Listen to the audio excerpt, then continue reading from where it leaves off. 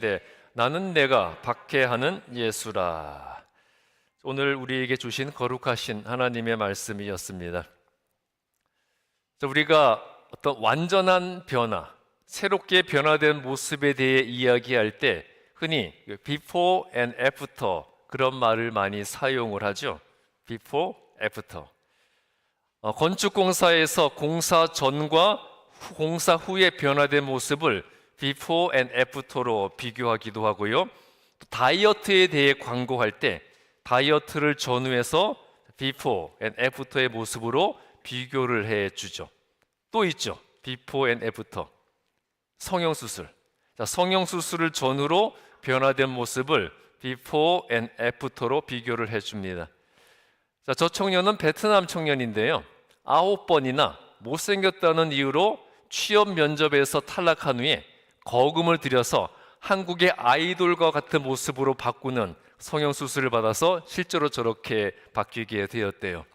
정말 대단하죠? 이러한 before and after의 본질은 뭘까요? before and after의 본질은 변화입니다.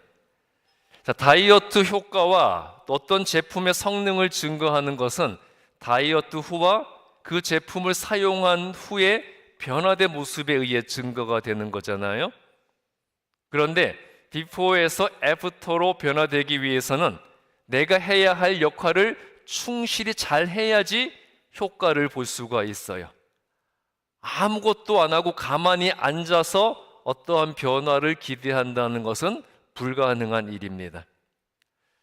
이 세상에는 수많은 나라들이 있는데요. 각 나라를 상징하는 것들이 있어요.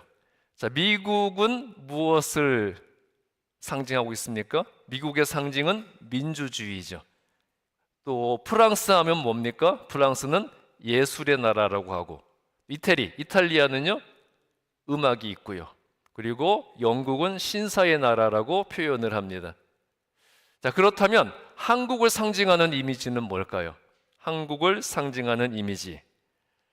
지금은 K-팝, K-푸드 이런 것이 유명하지만 한때 한국이 성형공화국이라고 불린 적이 있었어요. 그만큼 성형수술을 많이 한다는 거죠.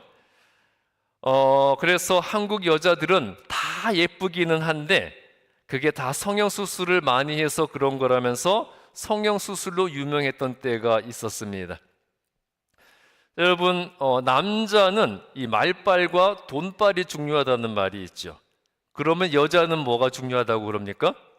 남자는 돈빨, 말빨, 여자는 화장빨, 조명빨, 수술빨이 중요하다는 말이 있어요. 예전에 중국에서 한 남자가 정말 아름다운 여인을 만나서 결혼을 하게 되었는데요. 결혼을 앞두고 자기가 끔찍하게 못생긴 여자와 결혼하는 꿈을 날마다 계속해서 반복적으로 꾸게 되었대요. 그런데 이상한 것은 그 꿈속에 등장하는 자기와 결혼하는 못생긴 여자는 항상 동일 인물이었다는 겁니다. 그러다가 결혼을 하게 되었고요. 어느 날 우연히 아내가 가져온 책에서 사진이 한 장 떨어졌는데 놀랍게도 그 사진 속의 인물이 자기가 결혼 전에 꿈속에서 보았던, 꿈속에서 자기가 결혼했던 그 못생긴 여자였다는 거예요. 이게 무슨 일일까 충격을 받았는데요. 봤더니 그 아내가 엄청난 돈과 시간을 들여서 성형수술로 얼굴을 완전히 다른 사람으로 바꾸었던 것이었고요. 그리고 그 바뀌기 전의 얼굴을 남편이 꿈에서 보았다는 그런 믿기 힘든 일이 실제로 있었다고 합니다. 정말 우리가 대단한 세상에서 살고 있죠. 얼굴도 이제 마음대로 바꿀 수 있어요. 얼굴뿐이 아니잖아요. 요새는 자기 성도 마음대로 바꾸는 그런 시대이지 않습니까? 그런데 외모가 바뀐다고 해서 인간이 바뀌고 인격이 변화되는 것은 절대 아니에요. 비행기 안에서 한 여인이 자신의 옆자리에 앉은 신사에게 전도를 했습니다. 예수를 믿느냐는 여인의 질문에 이 신사는 그 여인을 힐끗 쳐다보더니 자기는 모태신앙으로 태어나서 어릴 때부터 지금까지 교회를 다니고 있다고 대답을 했어요. 이때 이 여인은 그렇군요. 그런데 예수 믿고 구원은 받으셨습니까? 다시 질문을 하는 거예요. 이 신사는 약간 짜증이 나는 표정으로, 약간 또 무시하는 말투로 내가 목사고 어느 신학대학 학장이다, 그것을 강조해서 대답을 했습니다.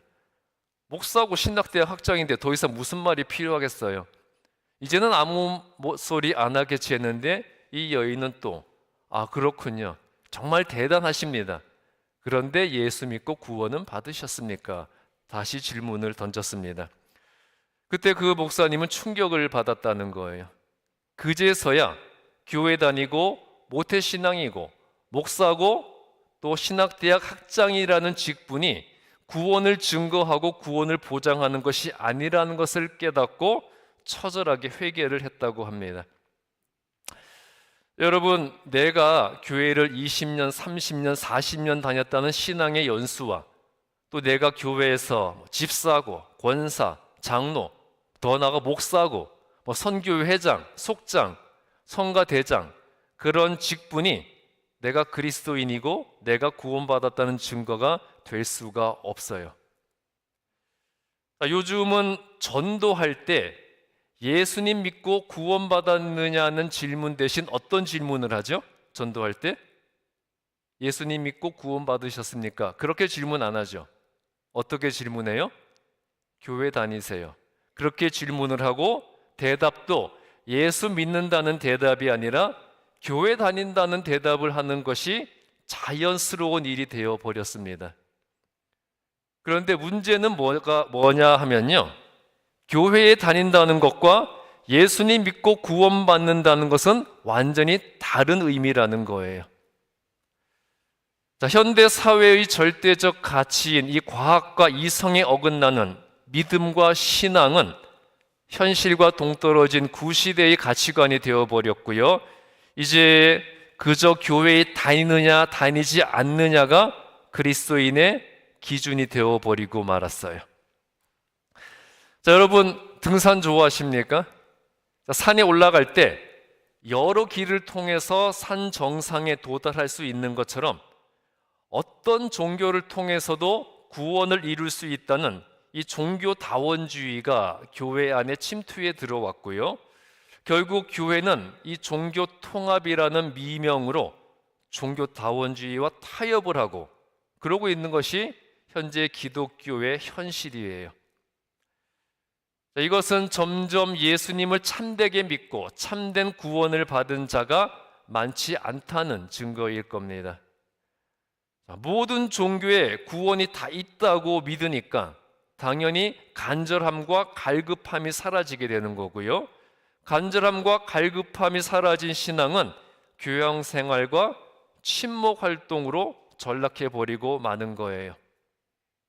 그렇지만 누가 뭐라고 할지라도 하나님을 믿고 예수님을 영접해야 구원을 받는다는 것은요, 절대 변할 수 없는 절대적 진리이고, 또 내가 구원을 받았다는 것은 예수 믿은 후에 변화된 내 삶으로 증거되어야 하는 거예요.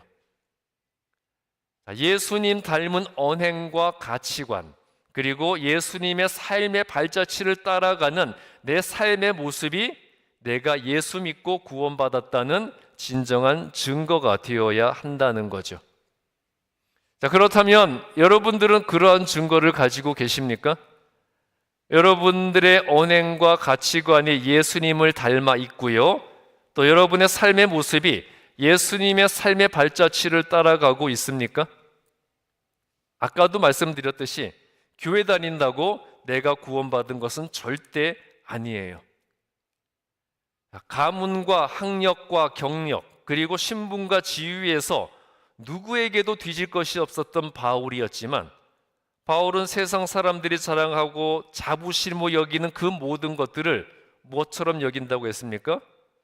배설물처럼 여기고 자기는 오직 예수님만 자랑한다고 했는데, 과연 우리는 예수님만 지금 자랑하고 있을까요?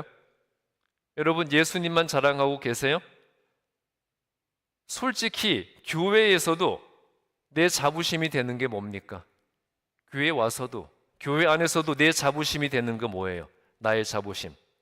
화려한 학력과 경력과 좋은 직업과 사회적 신분과 많은 재산과 그리고 잘난 내 자식이 내 자부심이고 자랑 아닌가요?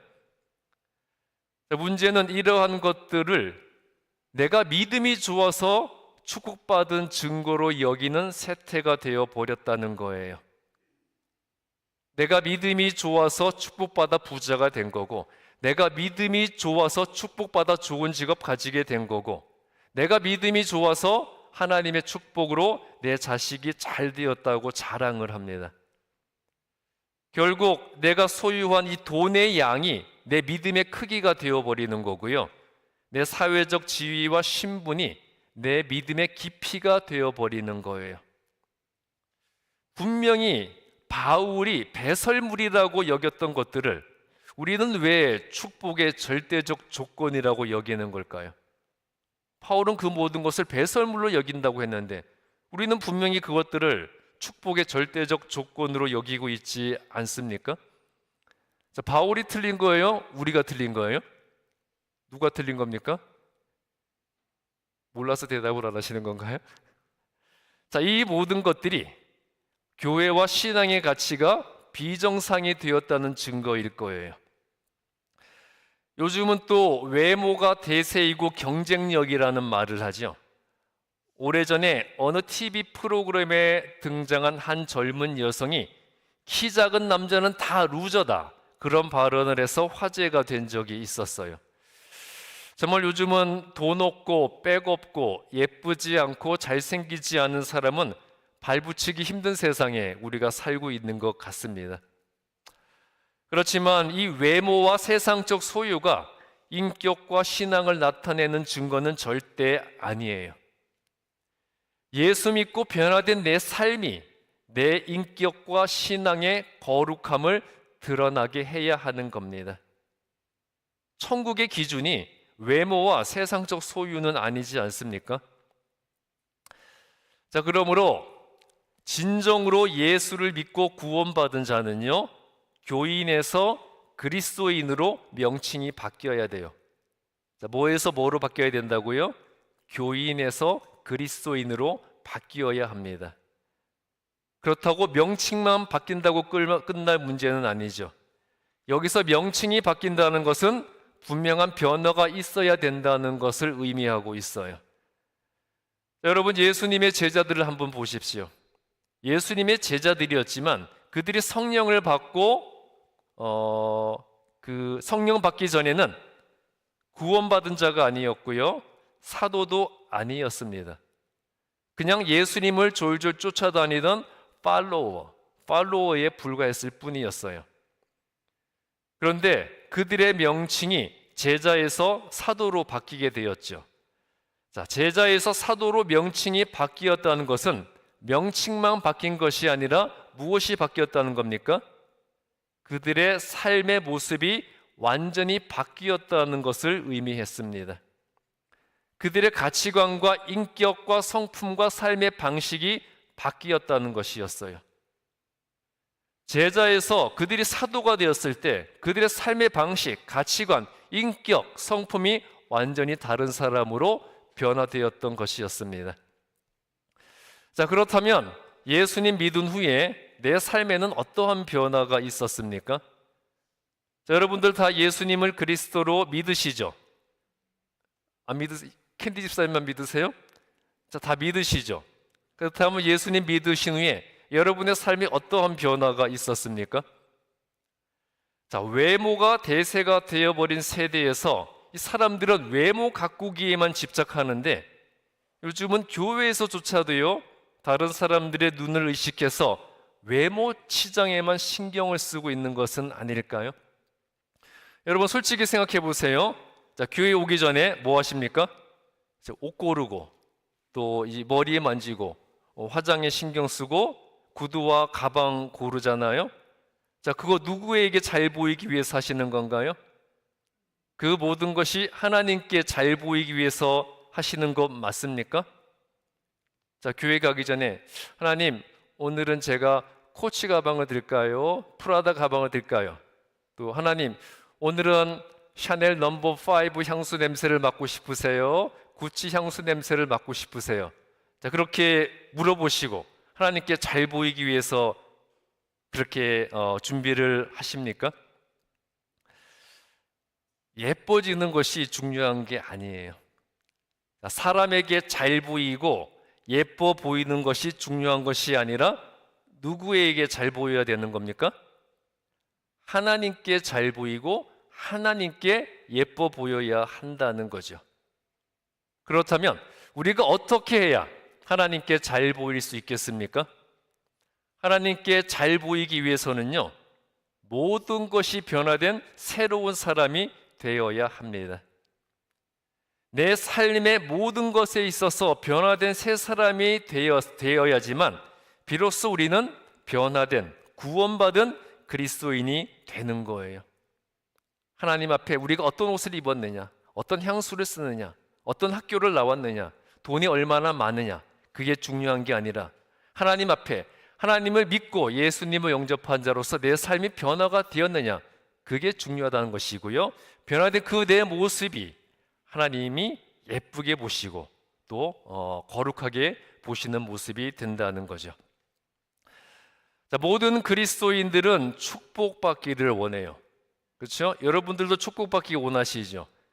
우리가 기도할 때 우리의 기도에 제일 많이 등장하는 단어 중에 하나가 축복이잖아요.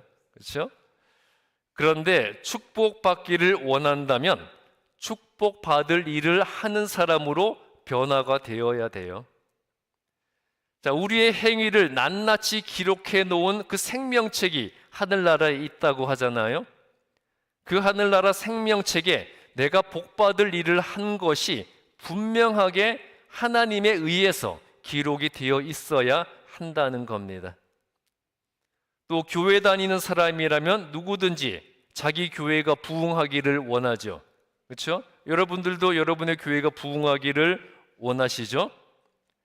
자, 교회가 부흥하기를 원한다면 교회가 부흥할 수 있도록 내 할 일을 해야 돼요. 그런데 과연 내가 교회의 부흥을 위해서 무엇을 해보았습니까? 또 가정의 행사가 형통하기를 원한다면 우리 가정이 형통한 가정이 되기 위해서 내가 해야 할 일을 해야 하는 거예요. 자, 보세요. 내가 하나님의 축복을 받고 우리 교회가 부흥을 하고 우리 가정이 형통하기를 원한다는 것, 이 모든 것을 거저 받으려고 한다면, 그냥 받으려고 한다면 이런 신부가 무슨 신부입니까? 무슨 신부예요? 도둑놈 신부인 거죠. 하나님께서 도둑놈 신부를 가진 자에게 복을 부어 주시겠습니까?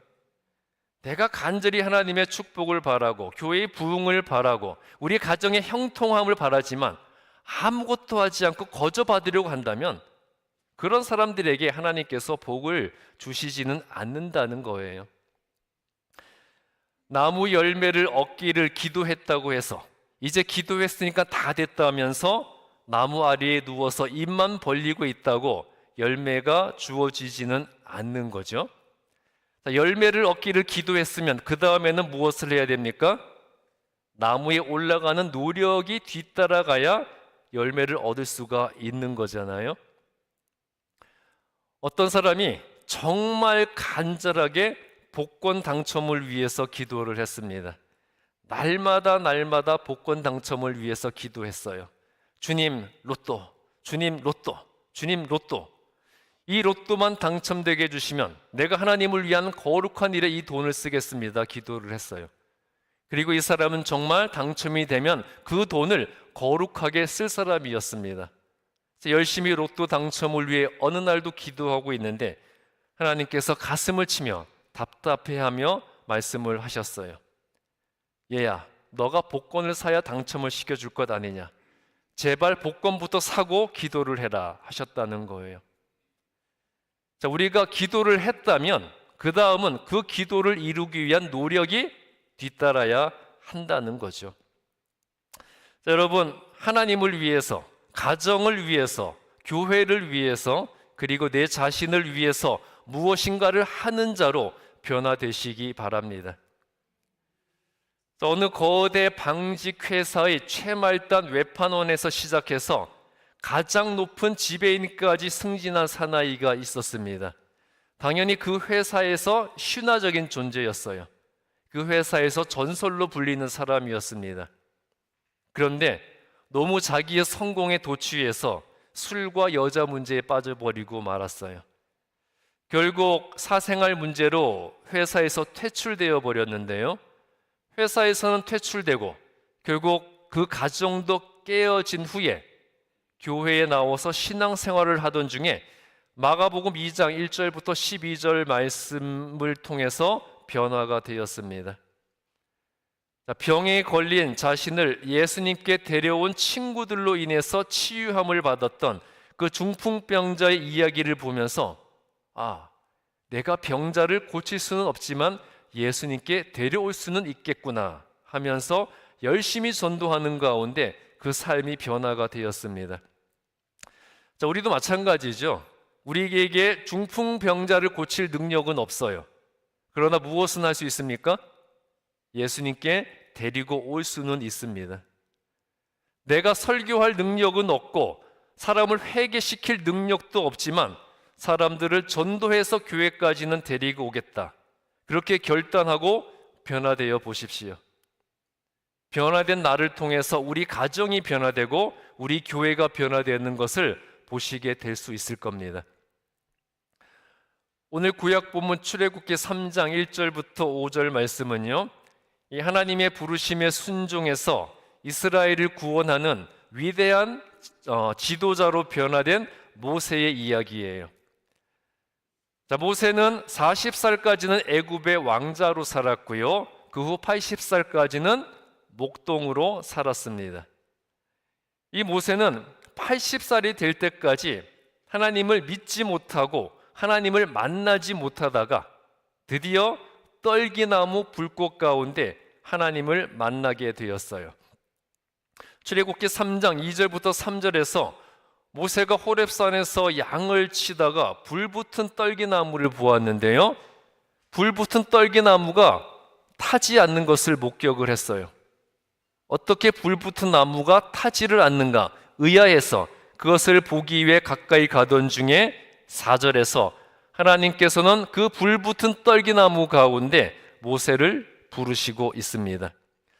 바로 저 떨기나무가 모세가 하나님을 만난 그 떨기나무로 여겨지는 나무인데요, 지금은 그 시내산 입구에 있는 수도원에서 보호를 받고 있다고 그래요. 떨기나무는 시내 광야에서 흔히 발견되는 가시덤불인데요, 주변에 있는 고상하고 우람한 나무와는 대조적으로 앙상하고 볼품없는 나무입니다.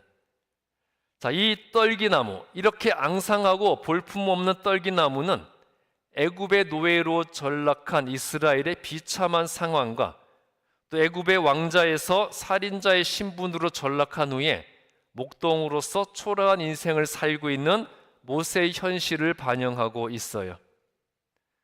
그러한 떨기나무 위에 하나님께서 불 가운데 임재하신 거예요. 여러분, 성경에서 불이 의미하는 게 뭡니까? 성경에서 불이 의미하는 것이 무엇이죠? 성경에서 불은 하나님의 능력과 공의를 상징해요. 그러므로 이스라엘의 비참한 상황과 모세의 초라한 현실을 보여주는 그 떨기나무 위에 하나님의 능력을 상징하는 불로서 하나님이 모세에게 임하셨다는 것, 이것은 무엇을 의미하는 것이겠습니까? 하나님께서 당신의 능력으로 비참한 상황에 처해 있는 이스라엘을 구원할 것이고 그 위대한 사명을 감당할 지도자로 모세를 변화시켜 줄 것이다, 그것을 알려주신 것이었습니다. 사실 모세의 지난 인생은요, 하나님을 알기는 했지만 하나님을 믿지는 않았고요, 그래서 하나님을 인격적으로 만나지 못하고 구원받지 못한 상황에 처해 있었어요. 모세의 어머니가 누굽니까? 모세의 어머니 요게벳, 믿음 좋은 여인이었죠. 그래서 어머니 요게벳의 영향으로 자기가 애굽의 왕자로 살기는 했지만 어머니의 영향으로 히브리 민족으로서의 정체성을 가지고 하나님에 대해서 알고는 있었지만 하나님과의 인격적 만남은 가지지 못하고 있었어요. 그런 모세에게 하나님께서는 5절에서 무엇이라고 말씀을 하셨습니까? 내 발에서 신을 벗으라 말씀을 하셨어요. 성경에서 사람의 발은 삶의 방향과 목적을 의미하는데요. 사람이 그 발 위에 신발을 신고 자기가 가고 싶은 곳으로 다니게 되잖아요. 그러므로 하나님께서 모세에게 신발을 벗으라고 한 것은 무슨 뜻이겠습니까? 무슨 뜻이겠어요? 이제껏 세상에서 너가 가고 싶은 곳으로 다녔던 인생에서 이제는 하나님을 위해 움직이는 인생으로 바뀌어야 한다는 것을 알려주신 것이었습니다. 이렇게 그리스도인은 하나님을 위해서 내가 해야 할 일을 먼저 하는 자로 변화되어야 하는 겁니다. 여러분, 사실 우리가 하나님과의 관계에서 누가 먼저 움직여 주시기를 원합니까? 누가 먼저 움직여 주시기를 원해요? 하나님이잖아요. 하나님이 뭐 해주시면 나도 이거 하겠습니다. 하나님이 이렇게 해주시면 나도 하겠습니다. 항상 조건부 믿음으로 하나님 앞에 서게 되잖아요.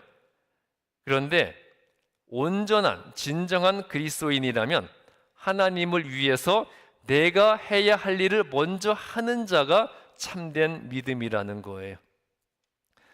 자, 이처럼 하나님을 만난 모세의 삶이 변화가 되었습니다. 그의 삶이 애굽의 왕자였던 그 과거의 영화를 동경하고 지난 현실의 패배감에 젖어 있던 자에서 이제 하나님의 백성 이스라엘을 위해서 자신을 바치는 이스라엘의 지도자로 바뀌게 된 것이에요. 이렇게 내가 하나님을 만났다면 내 삶은 하나님을 만나기 전과는 분명히 다르게 변화되어 있어야 하는 겁니다. 자, 그렇다면 여러분 한번 생각해 보세요. 나는 하나님을 만난 후에 무엇이 변화되었습니까? 여러분 다 하나님 만나시고 하나님을 창조주, 나의 아버지로 믿으시죠? 그렇다면 그 하나님을 만난 후 여러분의 변화는 무엇입니까? 사도행전 9장 1절부터 5절은 예수님을 만난 후에 완전히 새로운 사람으로 변화된 바울의 인생에 대해 말씀하고 있어요. 다메섹 도상에서 예수님을 만나기 전의 바울과 예수님을 만난 후 변화된 바울의 모습을 한번 비교해 보세요. 사도행전 9장 1절부터 2절은 바울이 예수님을 믿는 자들과 교회를 앞장서서 핍박하던 열혈 바리새인이라는 것을 보여주고 있어요. 정말 이 바울이라는 인물은요, 대제사장에게 체포영장을 받아서 해외에까지 가서 예수 믿는 자들을 닥치는 대로 잡아오던 악질적인 교회의 핍박자였습니다. 그랬던 바울이 3절에서 다메섹으로 가는 길에서 빛 가운데 임하신 예수님을 만나게 되었고요, 4절부터 5절에서 자신의 이름을 부르는 예수님께 바울이 누구시냐고 묻자 예수님께서 무엇이라고 말씀하고 대답해 주셨습니까? 나는 내가 핍박하는 예수다, 그렇게 말씀해 주셨어요. 정말 바울은요, 예수의 이름을 조롱하고 예수 믿는 자들을 핍박하면서 교회를 파괴하던 죄인 중에 죄인이었어요. 그랬던 바울이 이제 자신의 이름까지도 히브리식 이름인 사울에서 이방인들에게 전도하기에 용이하도록 헬라식 이름인 바울로 바꾸었고요, 이제 한평생을 자신이 핍박하던 예수님의 이름을 전하는 자로 변화가 되었습니다. 자, 그렇다면 진정으로 바울이 변화되었다는 증거는 무엇일까요? 바울이 변화되었다는 증거. 바울이 처음 예수님을 만나고 예수님을 영접했을 때 바나바를 제외하고 아무도 바울을 믿지 않았죠. 저런 인간이 예수를 믿을 리가 없다. 저런 인간이 예수님을 영접했을 리 없다. 저거는 교회를 핍박하기 위해서 첩자로, 스파이로 오는 거다. 아무도 바울이 변화되었다는 것을 믿지 않았어요. 자, 그런데 바울이 진정으로 변화되었다는 증거를 무엇으로 보여주었을까요? 자, 바울은 예수님을 만나기 전에는 자기 영광을 위해서 살았던 사람이었어요. 자기 신분과 지위를 상승시키고 자신의 사회적 도덕적, 종교적 명예를 추구하고 그리고 그로 인해서 얻게 될 더욱 부유한 삶을 위해서 열심히 일을 했었습니다. 그런데 예수님을 만난 후에 바울은 이제 예수님을 위해서 자신이 해야 할 일을 먼저 하는 자로 변화가 되었어요. 예수님이 원하시는 일과 예수님을 위해서 해야 할 일을 최우선적으로 행하는 자로 변했던 것이었습니다. 자신이 지금까지 삶의 목적으로 여겼던 것들과 가장 중요하고 소중하게 여겼던 것들, 즉 신분과 지위와 권력과 명예와 인기와 재물, 이 모든 것들이 배설물 같은 것이었다는 것을 깨달은 후에 그 모든 것을 내려놓고 교회를 섬기고 전도하는 일에 전적으로 헌신을 했습니다. 바로 교회의 핍박자에서 교회의 전도자로 변화가 된 거죠. 바로 이와 같이 바울의 변화된 모습이 그가 구원받은 그리스도인이라는 것을 증거하고 있어요. 자, 그렇다면 바로 여러분들이 구원받은 그리스도인이라는 증거는 무엇입니까? 자, 여러분이 구원받은 그리스도인이라는 증거 한번 대보세요. 자, 무엇을 여러분은 그리스도인이란 증거로 되시겠습니까? 교회 직분, 신앙연수, 헌금 액수 그런 거로 내가 그리스도인이란 증거를 되시겠습니까? 자, 내가 구원받은 그리스도인이란 증거는 무엇이 되어야 하는 거예요? 예수 믿고 변화된 나의 삶의 모습, 그것을 여러분들이 그리스도인됨의 증거로 보여주셔야 한다는 거예요. 자, 내가 하나님을 만나서 구원을 받았는지 아닌지를 알기 위해서는 내 삶의 전적인 변화가 있었는지를 돌아보십시오. 지금껏 하나님이 나를 위해서 무엇인가 먼저 해주시기를 바랬다면 이제는 하나님이 나를 위해서 일을 하실 수 있도록 내가 해야 할 역할을 먼저 하는 자로 변화되시기 바랍니다. 하나님이 역사하시는 것은요, 그 후의 일이에요. 저는 예전에는 토렌스 교회의 목사로서, 지금은 주반석 교회의 목사로서 내가 무엇을 했는가 생각을 해봤습니다. 그냥 막연히 교회의 성장과 부흥을 하나님께 기대했지만 내가 진정으로 한 것은 무엇일까 곱씹어서 생각을 해봤는데요. 그랬더니 그저 하나님이 다 알아서 해주시겠지 그렇게 바랬던 그냥 비포의 신앙과 목회였다는 것을 제가 고백하지 않을 수가 없더라고요. 자, 여러분, 우리 교회가 가난하고 작은 교회라서, 그리고 내가 별다른 달란트와 특별한 능력도 없는 성도라서 우리가 할 수 있는 일이 없다고 생각을 하십니까? 이렇게 작은 교회에서 뭘 하겠어? 이렇게 가난한 교회가 무엇을 할 수 있겠어? 나는 아무 달란트도 없고 어떠한 능력도 없는데 내가 무엇을 할 수 있겠어? 그런 우리가 무엇을 할 수 있겠어? 그렇게 여러분 생각을 하십니까? 요한복음 7장 41절부터 42절 보시면요, 사람들이 예수님을 향해서 나사렛처럼 비천한 곳에서 어떻게 메시아가 선지자가 나오겠느냐고 비웃었지만 그곳에서 그리스도가 나오셨잖아요. 여러분, 지금까지 하나님께 무엇을 바라기만 하는 자로 살아왔다면 이제는 내가 하나님을 위해서 해야 할 일을 먼저 하는 자로 변화되시기 바랍니다. 그리고 우리 교회가 이제껏 제자리에 머무르던 교회에서 이제는 수많은 영혼을 구원해서 이 사회에 기여하는 교회로 변화될 수 있도록 만드시기 바랍니다.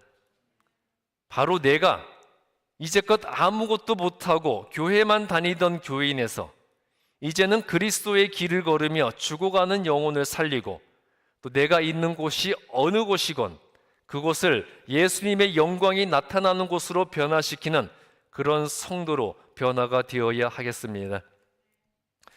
자, 우리 주반석교회 모든 성도님들, 교회만 다니는 사람에서 이제는 진정한 하나님의 사람, 그리스도인, 그리고 예수님의 참된 제자로 변화되는 그러한 거룩한 성도들이 되시기를 주님의 이름으로 축복합니다. 기도하겠습니다. 사랑의 주님, 언제나 저희를 사랑하여 주셔서 아버지 하나님의 은혜 안에서 살게 하여 주심을 감사를 드립니다. 이 시간 주님께 간절히 기도하는 것은 예수님을 믿는 저희들의 삶이 예수님 닮은 자로 변화되게 하여 주시옵소서. 우리의 말과 행실, 우리의 가치관과 삶의 방식 모든 것이 예수님과 같이 변화되어 무엇을 하든 하나님의 영광을 드러내고 예수님의 이름을 높이며 교회의 덕을 세우는 예수님의 제자들이 되게 하여 주시옵소서. 우리를 예수님 닮은 자로 변화시켜 주실 예수 그리스도의 이름으로 기도했습니다. 아멘.